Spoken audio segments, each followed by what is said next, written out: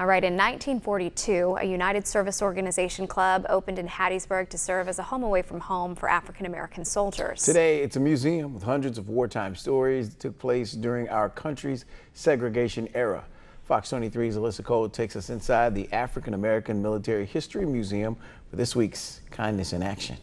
Kindness in Action is brought to you by Forrest General Hospital.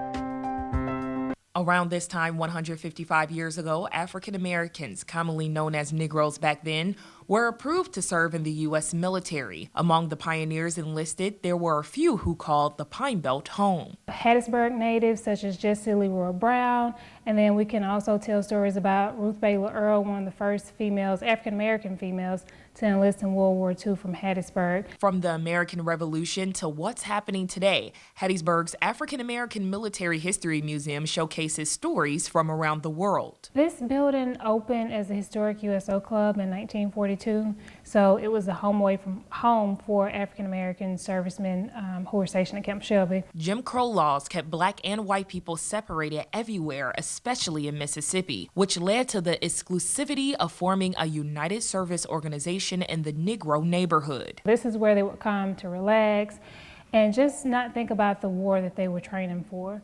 Then it was a community center for several years.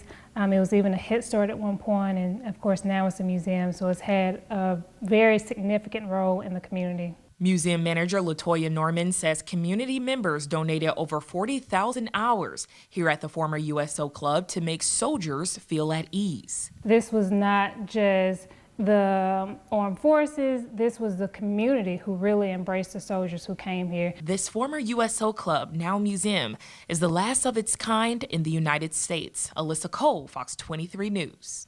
If you want to nominate someone for Kindness in Action, go to forrestgeneral.com/kindness in action.